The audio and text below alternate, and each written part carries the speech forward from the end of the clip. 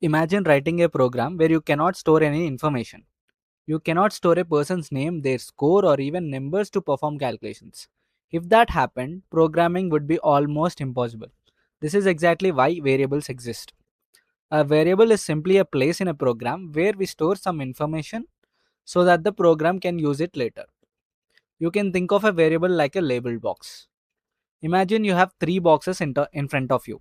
One box is labeled name, another box is labeled age, and another box is labeled score. Inside the box labeled name, you might put the value Alex. Inside the box labeled age, you might put 21. Inside the box labeled score, you might put 95. In programming, we do exactly the same thing. We create variables with a name and we store values inside them. For example, in Java, we might write something like this. What this means is that we are creating a variable called age and storing the value 21 inside it.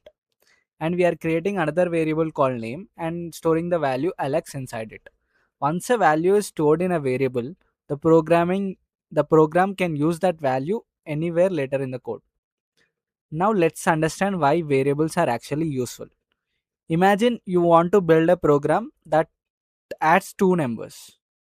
You could directly write something like this. This will work and the output will be 30. But what if later you want to change the numbers? You would have to go back and modify the numbers everywhere in the program. Instead, we use variables. For example, here we store the values 10 and 20 inside variables called a and b.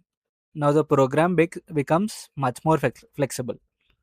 If you want to change the values, you only change them in one place. This is one of the main reasons variables are so powerful. Another important thing to understand is how variables work inside the computer. When a program runs, the computer uses something called memory to store information. When we create a variable, the program reserves a small space in memory. For example, when this line runs, Java creates a small space in memory. That space is labeled score. And inside that space, the value 95 is stored.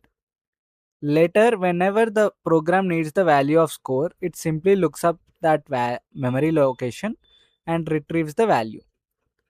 So you can think of variables as names that refer to values stored in a memory. Now let's talk about how we create variables in Java. Whenever we create a variable, we usually follow a simple structure. We write the type, then the variable name, and then we assign a value. For example, this line means we are creating a variable called number and storing the value 10 inside it. We can also create a variable first and assign the value later. For example, in the first line we simply create the variable. In the second line we store the value 90 inside it. This approach is useful when we do not know the value immediately. Now let's talk about some rules for naming variables. The first rule is that variable names cannot start with a number.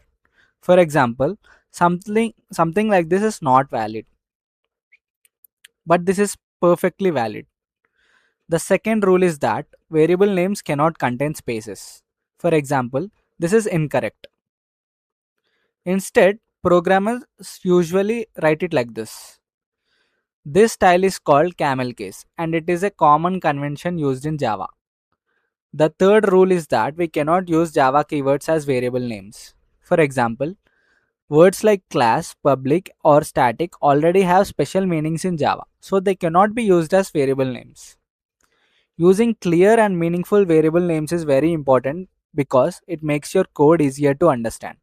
For example, instead of writing something like this, it is much better to write something like anyone reading the code will immediately understand what that variable represents. So to summarize everything we discussed, a variable is a place where a program stores information. It allows programs to remember values and use them later.